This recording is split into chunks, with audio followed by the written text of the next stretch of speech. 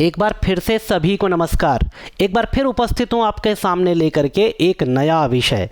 आज आपके सामने लेकर के उपस्थित हुआ हूँ श्री पार्वती गीता।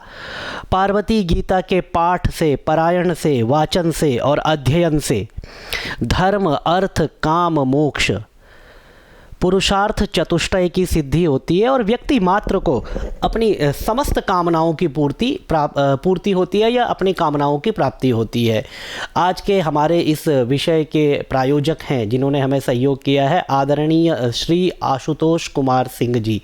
आशुतोष कुमार सिंह जी, आपका बहुत बहुत अभिनंदन, बहुत बहुत आपको शुभकामनाएं। भगवती का ये दिव्य जो पाठ है वह आपने लोगों तक पहुंचाने के लिए सहयोग अपना प्रदान किया, तो निसंदेह भगवती के आप विशेष कृपा पात्र हैं। आइए प्रारंभ करते हैं अपने आज के नवीन विषय को।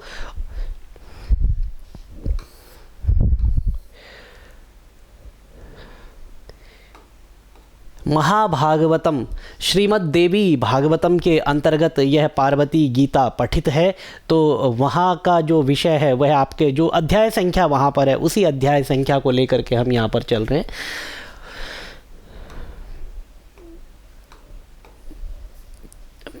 पंचदश अध्याय। पंचदश कहते हैं, पंच मतलब 5 और दश मतलब 10 = 15। तो 15वां अध्याय है ये।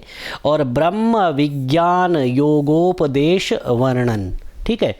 ब्रह्म विज्ञान योगोपदेश वर्णन, ब्रह्म विज्ञान योग और आगे गुण संधि है तो उपदेश, उपदेश वर्णन, ब्रह्म विज्ञान योगोपदेश वर्णन। पार्वती का जन्म, इसका कथा का जो प्रसंग है पार्वती का जन्म। आइए प्रारंभ करते हैं। एक बार विषय को देखें और फिर सीधे प्रारंभ करें।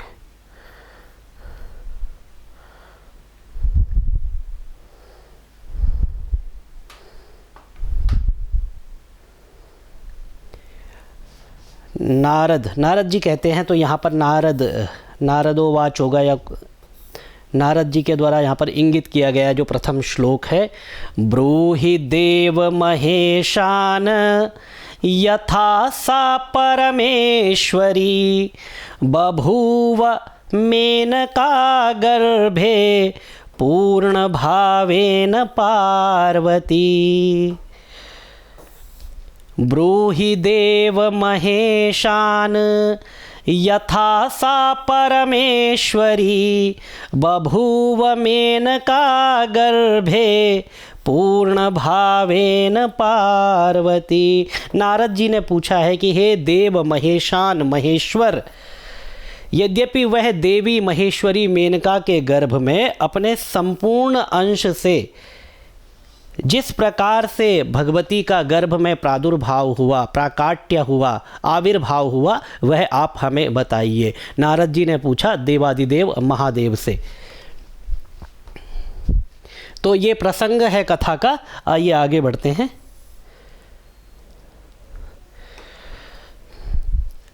श्रुतं बहुपुराणेषु ज्ञायतेऽपि च यद्यपि जन्म कर्मादिकं तस्या तस्तथापि परमेश्वर। जन्म कर्मादिकं तस्या 1 2 3 4 5 6 7 और 8, यहाँ पर आपको रुकना। तस तथापि परमेश्वर। 1 2 3 4 5 6 7 8 और 9, ठीक है। तो ऐसा हो जाता है अनुष्टुप छंद में कई बार कि अक्षर अधिक होते हैं। 8 के स्थान पर कई बार 8 और 9, कई बार 7 और 8, तो कम भी हो जाते हैं और अधिक भी हो जाते हैं। तो अक्षर कम या अधिक हो जाते हैं तो छंद अनुष्टुप ही रहता है, लेकिन उसका भेद बदल जाता है। या फिर जो अन्य छंद होते हैं या कोई छंद हो तो उसको निच्छ्रिद या भूरिक संज्ञक छंद कहा जाता है। या फिर अनुष्टुप के भी अनेक भेद हैं, उनमें से कोई एक भेद हो जाता है। जैसे एक भेद है अनुष्टुप का पथ्यावक्त्र, इसी तरह और भी भेद है। श्रुतं बहुपुराणेषु ज्ञायतेऽपि च यद्यपि जन्म कर्मादिकं तस्तथापि परमेश्वर श्रोतुं तदिष्यते त्वत्तो यतस्त्वं वेत्सि तत्त्वतः यतस्त्वं वेत्सि तत्त्वतः तद्वदस्व महादेव तद और आगे वदस्व तद्वदस्व महादेव विस्तरेण महामते श्रोतुम तदिष्यते त्वत्तो। ये हम आपसे सुनना चाहते हैं।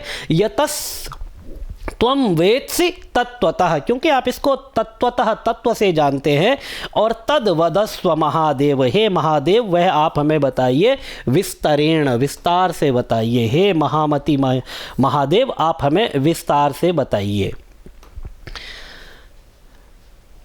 त्रैलोक्य जननी दुर्गा ब्रह्मरूपा सनातनी त्रैलोक्य जननी दुर्गा ब्रह्मरूपा सनातनी प्रार्थिता गिरिराजेन तत्पत्न्या मेनयापि च तत्पत्न्या मेनयापि च मेनया मेनका। तो चलिए ठीक है।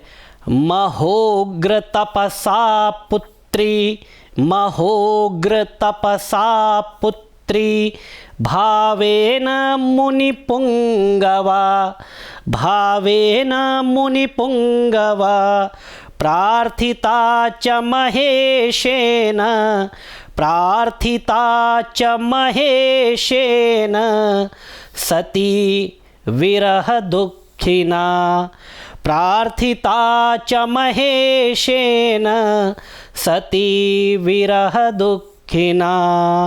तो यहाँ पर देखिए मुनि श्रेष्ठ, हे मुनि श्रेष्ठ, नारद जी से महादेव कहते हैं। श्री महादेव उवाच, तो यहाँ पर उवाच आगे होना चाहिए, नहीं है तो आप लोग डाल लीजिए, या आप इसका मेन टेक्स्ट देखेंगे तो उसमें आपको मिल जाएगा। हे मुनिश्रेष्ठ, जगन माता भगवती दुर्गा अविनाशिनी एवं ब्रह्मस्वरूपिणी है।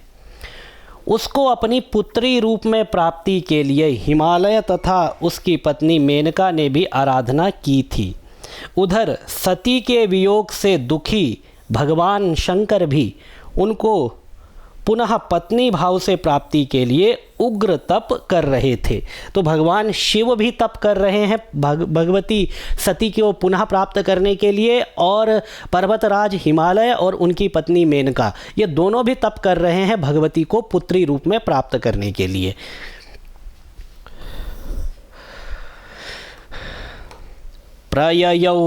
प्रययौ मेनका गर्भे पूर्ण ब्रह्ममयी स्वयं प्रययौ मेनका गर्भे पूर्ण ब्रह्ममयी स्वयं ततः शुभ दिने मेना राजीव सदृशाननाम राजीव सदृशाननाम सुषुवे तनयां देवीं सुषुवे तनयां देवीं सुप्रभां जगदम्बिकां सुप्रभां जगदम्बिकां ततः शुभ दिने मेना राजीव सदृशाननां शुशुवे तनयां देवीं सुप्रभां जगदम्बिकां। शुभ दिन पर सुप्रभां जगदम्बिका को जो पर्वतराज हिमालय की पत्नी थी मेनका थी, उन्होंने जन्म दिया। आगे की कथा देखते हैं। ततो भवत् पुष्पवृष्टिः सर्वतो मुनिसत्तमा ततो भवत् पुष्पवृष्टिः, फिर पुष्पवृष्टि भी सर्वतः सभी ओर से। पुण्यगंधो ववौ वायुः पुण्यगंधो ववौ वायुः प्रसन्नाश्च दिशो दश, दशों दिशाएं प्रसन्न हो गई। तथाद्रिराजः श्रुत्वा तु तथाद्रिराजः, अद्रि देखिए तथा और अद्रि, अद्रि कहते हैं पर्वत को, अद्रिराज पर्वतराज। तथाद्रिराजः श्रुत्वा तु पुत्रीं जाता शुभाननां तरुणादित्यकोट्याभां तरुणादित्यकोट्याभां त्रिनेत्रां दिव्यरूपिणीं।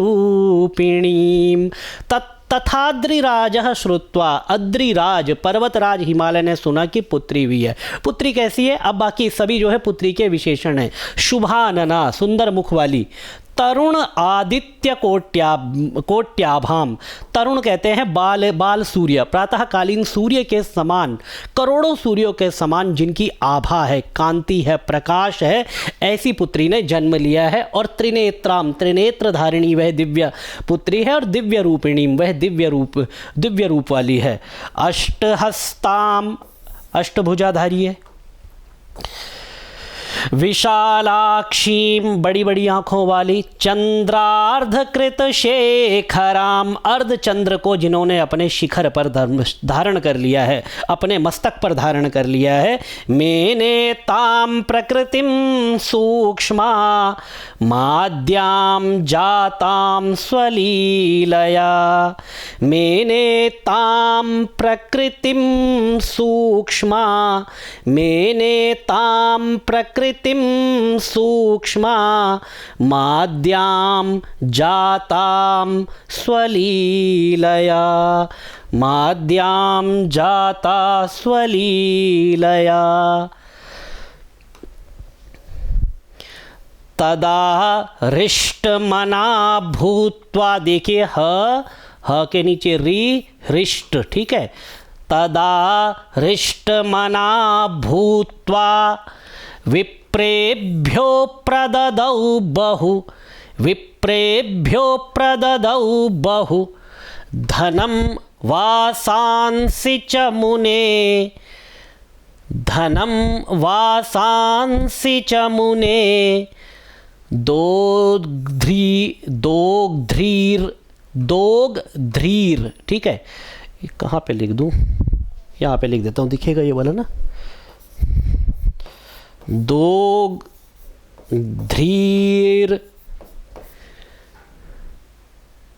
गाश्च सहस्रशः, अब सहस्रशः यहीं पे देख लीजिए। दोग्ध्रीर गाश्च सहस्रशः द्रष्टुं प्रतिययौ चाशु, द्रष्टुं प्रतिययौ चाशु बंधुभिः परिवारितः, बंधुभिः परिवारितः। तो शुभ अवसर पर विप्रेभ्यो प्रददौ, ब्राह्मणों को दिया गया धन, वस्त्र और गाय दी गई।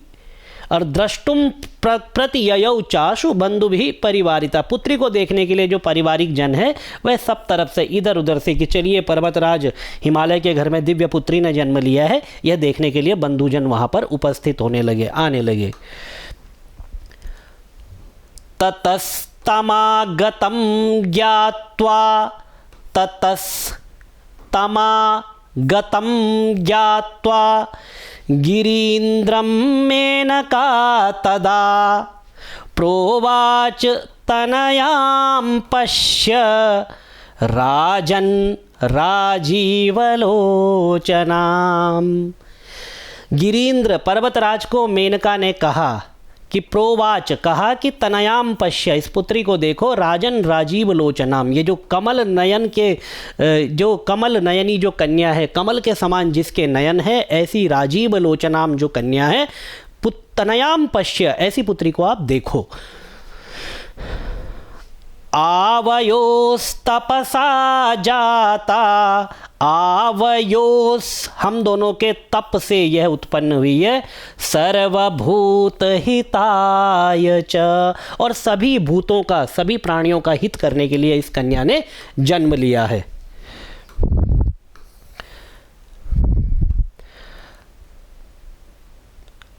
ततः सोपि निरीक्षयीनां, निरीक्षयी क्षय, आधा क्ष और यई, क्षयिनाम ज्ञात्वा तां जगदम्बिकां प्रणम्य शिरसा भूमौ, प्रणम्य शिरसा भूमौ कृताञ्जलिपुटस्थितः, प्रणम्य शिरसा भूमौ कृताञ्जलिपुटस्थितः प्रोवाच वचनं देवीं, प्रोवाच वचनं देवीं भक्त्या गदगदया गिरा, प्रोवाच वचनं देवीं भक्त्या गदगदया गिरा,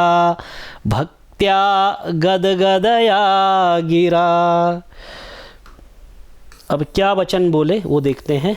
ये ज्ञानांजलि शिक्षा कुलम, ज्ञानांजलि की तरफ से जो आध्यात्मिक कक्षाएं चलाई जाती है, जिसमें आप स्तोत्र पाठ करना सीखते हैं, श्लोक पढ़ना सीखते हैं, संस्कृत भाषा सीखते हैं और पढ़ते समय जो संधि विच्छेद इत्यादि आते हैं किस तरह से उनको पढ़ा जाए ये सब आप सीखते हैं। और इसके अलावा दुर्गा सप्तशती, रुद्राष्टाध्यायी और अनेक विषय, क्योंकि सभी यहाँ पर बताए नहीं जा सकते, कुछ यहाँ पर लिखे गए हैं, तो इसके अलावा और भी अनेक विषय आप यहाँ पर सीखते हैं। यदि आप इन कक्षाओं से जुड़ना चाहें तो समय है संडे सुबह 10 बजे और मंडे रात को 8 बजे। जूम पर यह लाइव होती है और यदि आप इससे जुड़ना चाहें तो ये फ़ोन नंबर है, इस पर आप कॉल और व्हाट्सएप कर सकते हैं। आप इस पर कॉल और व्हाट्सएप करेंगे, आगे की प्रक्रिया आपको वहाँ बता दी जाएगी और आपको कक्षाओं से जोड़ दिया जाएगा। आइए आगे बढ़े।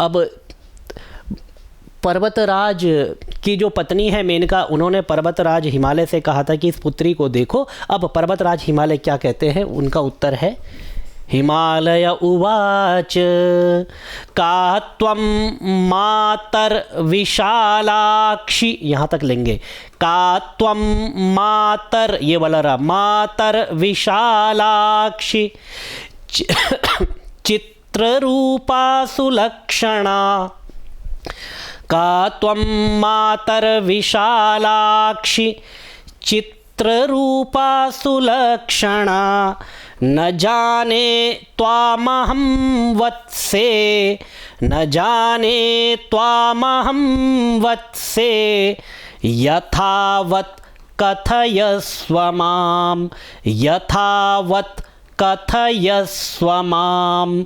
पर्वतराज हिमालय कहते कि हे विशालाक्षी, हे विचित्र रूपा, हे सुलक्षणा, सुंदर लक्षणों वाली, तुम कौन हो? मैं तुम्हें तत्वतः नहीं जानता हूँ, कृपया आप मुझे बताइए कि आप तत्वतः कौन हैं। आगे देखिए, श्रीदेवी, तो यहाँ पर मतलब भगवती ने कहा, जानीहि मां परां शक्तिम, मुझे पराशक्ति, पराम्बा जानो, महेश्वर कृताश्रयाम, महेश्वर कृताश्रयाम, शाश्वतैश्वर्य विज्ञान, शाश्वतैश्वर्य विज्ञान मूर्तिम सर्वप्रवर्तिकां, मूर्तिम सर्वप्रवर्तिकां। मुझे पराशक्ति समझिए, मैं महेश्वर महादेव पर आश्रित हूँ, मैं अविनाशी ऐश्वर्य तथा विज्ञान स्वरूप हूँ या विज्ञान स्वरूपा हूँ, मैं आप सबको अपने अपने कार्य में प्रवृत्त कराने वाली हूँ। ये जो अष्टभुजा जो पुत्री ने जन्म लिया था, उस पुत्री ने कहा। ब्रह्म विष्णु महेशादि जननीं सर्वमुक्तिदां, ब्रह्म विष्णु महेशादि जननीं सर्वमुक्तिदां, सृष्टिस्थिति विनाशानां, सृष्टि विनाशानां विधात्री विधात्रीम, अच्छा ये थोड़ा सा टाइपोज लग रहा है, विधात्रीम जगदम्बिकाम, विधात्रीम जगदम्बिकाम।